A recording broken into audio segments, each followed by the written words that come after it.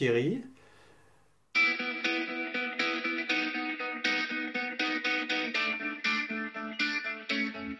Comme un écrivain, vraiment ancré dans l'état d'auto. Ouais. Même si je parle jamais de l'état d'auto dans mes bouquins, je suis vraiment de l'état d'auto. Ouais, je crois que je suis hyper curieux. Donc c'est cette curiosité qui me nourrit depuis que je suis gamin. Donc c'est comme ça que je suis devenu écrivain alors que j'ai rien de prédestiné. C'est comme ça que j'ai commencé à faire de l'informatique, à programmer, des choses comme ça. Donc la curiosité, c'est ce qui m'a toujours guidé, qui continue de me guider. Si je découvre pas un truc nouveau dans la journée, je trouve que c'est pas une bonne journée. La ténacité. Je lâche pas le morceau. Je me compare souvent à un bulldog. Quand j'ai une proie, je la lâche pas. Donc ouais, je crois que c'est. Je savais pas ça quand j'étais jeune, mais avec l'expérience, je sais que je lâche pas. Quand je veux faire quelque chose, je le fais, je recommence, je recommence. Donc je lâche pas le morceau. J'en ai beaucoup, j'en ai beaucoup. Le pire, je sais pas ce que c'est le pire, mais j'ai pas de tact. J'insulte facilement tout le monde. Je m'énerve facilement. Je suis pas forcément très tolérant. Ouais, j'en ai beaucoup de défauts. Et j'aimerais être plus cool avec les gens, peut-être plus aimer les gens, parce que je, je sais que je suis pas hyper sympathique. Voilà, j'aimerais être super cool. J'aimerais avoir du charisme. J'aimerais avoir du charisme. Je vois des gens, j'ai des copains, ouais, ils arrivent à quelque part, ouais, tout le monde les aime. Moi, j'ai tendance à toujours à... C'est grinçant, quoi. Voilà, je suis dans le...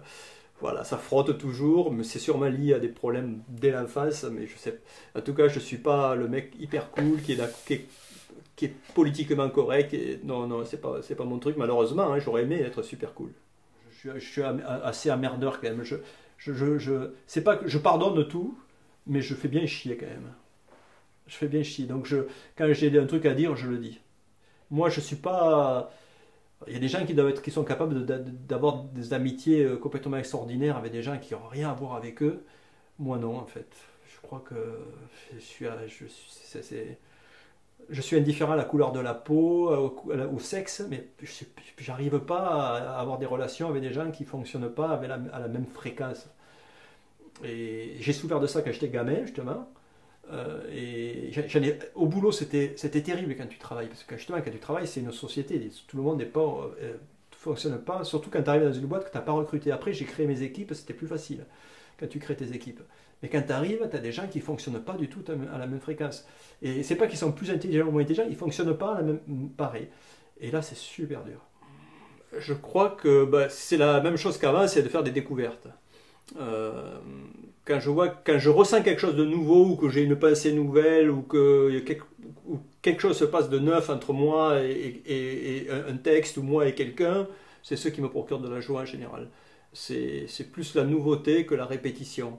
Même si regarder un coucher de soleil le soir, c'est presque toujours le même, mais ça me procure toujours de la joie, parce que j'ai l'impression que je ne l'ai jamais vu. Donc la nouveauté, c'est relatif, hein. C'est par rapport à ce que j'éprouve moi. J'ai toujours l'impression que les couchers de soleil sont nouveaux, donc voilà, ça me procure de la joie. Ouais, alors c'est les nouveautés réjouissantes, parce que une nouveauté comme une maladie, quelque chose comme ça, ou un drame, c'est pas réjouissant, mais ça fait partie de la vie. Donc il faut savoir les affronter. Est-ce que je préférerais vivre... Je préfère risquer des nouveautés désagréables que pas de nouveautés du tout. Et je crois qu'il y a des gens qui aimeraient bien que la vie soit toujours comme ça. Moi, je sais que la vie, elle est agréable quand elle fait des vagues. Et donc, quand tu descends dans le creux de la vague, c'est désagréable, mais parce que je sais que ça va remonter. Donc ouais. Donc, je crois que la nouveauté, c'est c'est important pour moi. Là, c'est pareil, il y a beaucoup plus de choses qui me procurent de la peine que de la joie, malheureusement. L'intolérance, la maladie, la douleur. Euh, euh, Par rapport à mon boulot d'écrivain, souvent, c'est la non-reconnaissance de quand tu fais quelque chose, que tu sais que tu es dans une voie que les autres n'ont pas creusée et que les gens ne s'en rendent pas compte, ou ça fait de la peine parce que tu travailles beaucoup et tu as l'impression que tu es tout seul au monde. Être seul, se sentir seul, ça me procure de la peine. Alors, il y a toujours la famille, etc., Mais le sentiment de solitude, il m'a beaucoup fait souffrir tout au long de ma vie, depuis que je suis gamin en fait. Donc c'est quelque chose qui est douloureux en fait, la solitude. Par exemple, j'ai toujours été fan de jeux de société, surtout quand j'étais gamin, et de voir que les copains, ben là, j'avais plein de copains, mais pour faire ça, il n'y avait personne. Donc je me sentais super seul, et là tu te dis, mais pourquoi moi j'aime ça, personne d'autre aime ça? Bon, après tu comprends en vieillissant, en rencontrant d'autres gens, pourquoi, mais chaque fois que tu te retrouves seul, c'est assez douloureux. Oh, j'allais dire la mort, ouais, c'est basique, mais aujourd'hui, en vieillissant, la peur, c'est de ne pas réussir à... C'est avoir peur, la peur, c'est la peur d'arrêter en fait. C'est la peur d'arrêter de me battre, la peur de ne pas essayer des choses nouvelles. Voilà, c'est de renoncer. Et ça, c'est assez flippant. C'est-à-dire, à un moment donné, c'est fini, tu n'as plus l'énergie pour continuer. Et puis du coup, comme tu n'as pas l'énergie pour continuer quand tu es quelqu'un qui est dans l'action, tu n'es pas capable de te réjouir de choses peut-être plus simples. Et voilà, ça c'est une grosse peur de dire un jour j'ai plus l'énergie pour essayer de produire quelque chose et il n'y a plus rien qui va m'intéresser. Ouais, ça fait flipper. Parce que chaque fois que je suis après un projet que j'ai fini, il y a cette fameuse vague et hop, on descend après un projet, on descend toujours dans le trou. Je me dis, ça y est, là j'ai plus l'énergie pour remonter. Et ça me le fait. Alors je sais qu'en général je retrouve l'énergie. Jusqu'à aujourd'hui, j'ai toujours retrouvé le courage de repartir. Et je me dis peut-être qu'il y a un jour où tu seras en bas et tu n'auras plus la force. Et je ne suis pas préparé en fait. Aujourd'hui, je ne suis pas préparé à ce que je ne puisse pas remonter. C'est sûrement un gros défaut, une grosse faiblesse, je sais, mais voilà, c'est comme ça. Il y a beaucoup de choses qui me mettent en colère, hein. Comme je suis un peu nerveux, impulsif. Je supporte pas en fait, une sorte d'intolérance par rapport à la nouveauté. Je parle pas même pas d'intolérance politique, où là c'est assez effrayant. Sur les réseaux sociaux, ça me met hyper en colère. Je poste de moins en moins de choses alors que j'ai été complètement addict, j'ai écrit des bouquins là-dessus au début. Et aujourd'hui, ça me met hyper en colère de voir ce que les gens balancent sans réfléchir. Euh, euh, ouais. Ou que nos hommes politiques prennent des décisions sur des modèles de pensée qui sont totalement obsolètes. J'ai l'impression que je vis avec un décalage de 50 ans avec eux. Ça me terrifie de voir que le monde tourne encore avec des vieilles idées. Voilà, où les gens, en ce moment, moi je passe mon temps à essayer de comprendre comment fonctionnent les IA, les intelligences artificielles, et de voir que la plupart des gens critiquent ces trucs, alors ils n'ont jamais essayé de regarder, de chercher à comprendre. Moi j'essaie de chercher à comprendre pour pouvoir avoir un discours sur les IA, mais je ne dis pas ah c'est nul, sans avoir testé ça n'a pas de sens. Donc voilà, il y a beaucoup de choses qui me mettent en colère, donc je suis très coléreux. C'est d'avoir été prétentieux. Quand j'étais... Donc en fait, quand j'ai fini mes études ici, dans le Midi, je suis parti bosser à Paris comme en gros tout le monde. Donc j'ai passé 3 ans comme ingénieur, un informaticien, et puis ça me gonflait, je suis devenu journaliste. Et très vite, j'ai eu une carrière comme ça, voilà. Et je suis devenu rédacteur en chef très vite. J'ai eu très vite un certain nombre de pouvoirs dans ce milieu. J'ai très bien gagné ma vie. Donc j'avais 2 assistantes qui s'occupaient de moi tout le temps. Je voyageais partout dans le monde. Donc c'était un peu délirant. C'est à l'époque où je commençais à écrire. Bien sûr, je commençais à écrire mes bouquins aussi. Et un jour, il y a le patron de Grasset qui m'appelle en me disant qu'il faudrait retravailler un texte. Et je l'ai pris complètement de haut.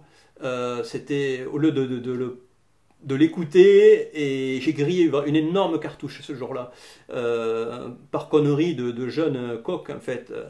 Il y avait le décalage entre ce que je vivais dans le boulot, qui était un truc à fond de train, et puis un éditeur qui t'appelle. Et voilà, j'ai grillé cette cartouche, et sûrement que ça aurait changé ma vie complètement si j'avais... Je ne sais pas si ça aurait été mieux. Mais je sais que si j'avais réagi comme il faut, aimablement avec ce gars-là, j'aurais été publié beaucoup plus tôt et par une maison plus prestigieuse. J'ai attendu longtemps avant voilà, de connaître ces gens-là.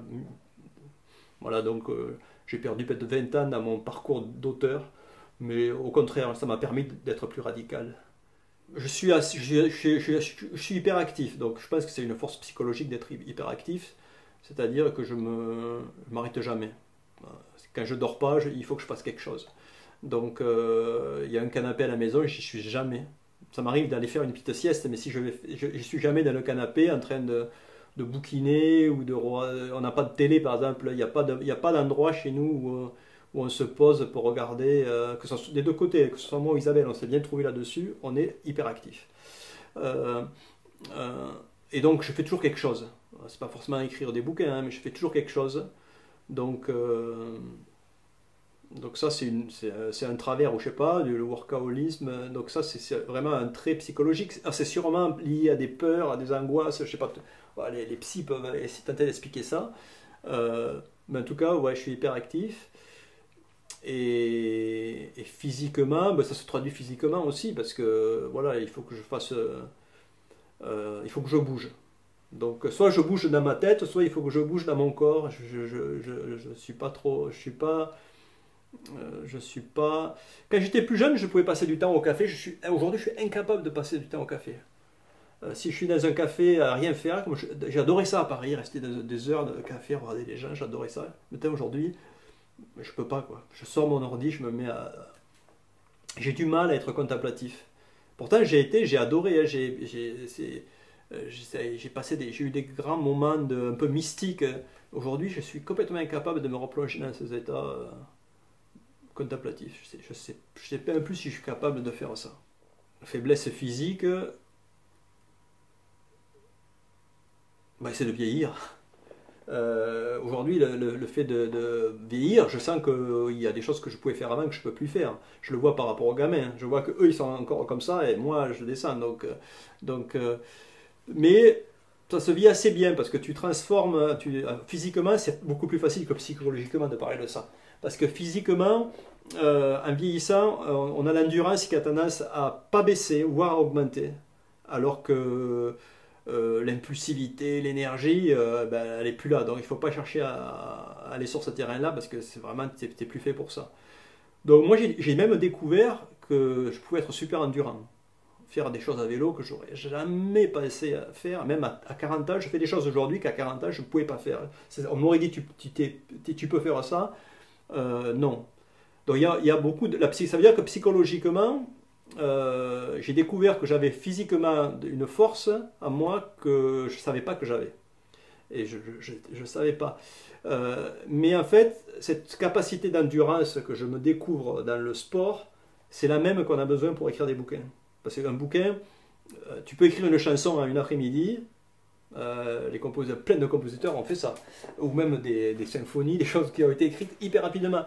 Écrire des bouquins un après-midi, non, quoi. Il faut y revenir, ça prend du temps. Même si tu peux écrire, j'ai réussi à écrire un bouquin en un mois, 3 semaines, mais il y passe un temps de dingue, mais c'est déjà 3 semaines. Et puis des fois, Eratosthène, j'ai mis 14 ans, j'ai bossé 14 ans dessus en le reprenant 50 fois ce bouquin, tous les semaines. Donc cette persévérance, c'est bien un trait psychologique. Donc ça, c'est dans le côté de la qualité. Et l'inconvénient, c'est le doute, je pense. Psychologiquement, j'ai toujours... comme mon père a jamais accepté ce que j'étais devenu, je pense que j'ai toujours le doute de ne pas être à ma place. Et c'est une énorme faiblesse. J'ai toujours besoin que les autres me portent un regard sur ce que je fais, parce qu'autrement, j'ai l'impression que je fais de la merde. Et c'est assez difficile en tant qu'artiste, parce que tu n'as pas toujours du retour. Et des fois, tu serais tenté de faire des trucs un peu sympas pour que les gens soient sympas avec toi. Et là, tu te perds quand tu fais ça. Donc, chaque fois que j'ai essayé d'aller vers là, après, j'ai jamais été content de moi. Donc, j'ai toujours ce besoin qu'on me dise, oui, c'est bien. En fait, ça me motive quand les gens sont cool avec moi. Moi, je suis pas cool avec eux, mais j'aime bien que les gens soient cool avec moi. Donc ça montre bien que j'ai quand même une grosse faiblesse. Et là, je pense que je la traîne depuis que je suis gamin. Non, je fais du vélo. Et pour moi, le vélo, c'est une sorte d'écriture. Parce que je fais du vélo, mais j'aime bien essayer d'explorer les moindres recoins de notre territoire et de l'élargir toujours plus. Donc pour faire des parcours, il faut les tracer avant. Donc sur la carte, il faut dire on va passer là, on va passer là. Donc il y a une sorte d'écriture, de raconter une histoire sur la carte pour la balade qu'on va faire. Voilà, donc j'ai l'impression que quand je fais du vélo, je continue à écrire d'une certaine façon. Donc tu écris sur le territoire des traces. Donc je fais beaucoup de vélo. À part faire du vélo, bon, je fais de la programmation. Je continue à bricoler, mais c'est lié à l'écriture, parce que souvent je fais des trucs qui vont me servir pour écrire. Euh, euh, J'écris, puis après je m'occupe un peu de la maison, je fais des courses, je fais des choses de quotidien. Mais je fais pas beaucoup d'autres choses, en fait. Si je suis pas en train de produire quelque chose, j'ai pas 50 000 passions où j'irai, non. Non. Je vais pas dans les fêtes, par exemple, ça me gonfle, je m'emmerde en général.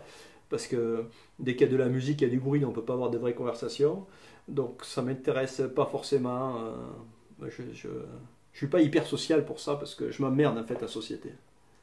Sauf que je trouve des gens qui sont sur mes terrains. Mais c'est rare. Il y a un truc, quand on écrit, même quand on fait du vélo, ou même quand on discute avec des copains, il y a des moments dans la vie où on a des sortes des petits moments d'extase. C'est-à-dire des moments où on a l'impression que tout est plus intense, qui est plus fort, où on sent mieux, on sent mieux. Et voilà, moi j'ai appelé ça, quand j'étais plus jeune, l'hyperconscience. C'est qu'on a l'impression, c'est tout sauf le lâcher prise qu'on nous rabâche les oreilles. C'est pas lâcher prise, c'est le contraire. Tu as l'impression qu'au contraire, tu attrapes tout, tout est là. Et quand tu parles avec des gens, oui, tout marche, tout a l'air de s'emboîter parfaitement. Il y a ces moments dans la vie exceptionnels où d'un seul coup, tout a l'air comme si on avait pris encore une fois une drogue. Et je crois que j'adore ça. Donc ça me passionne.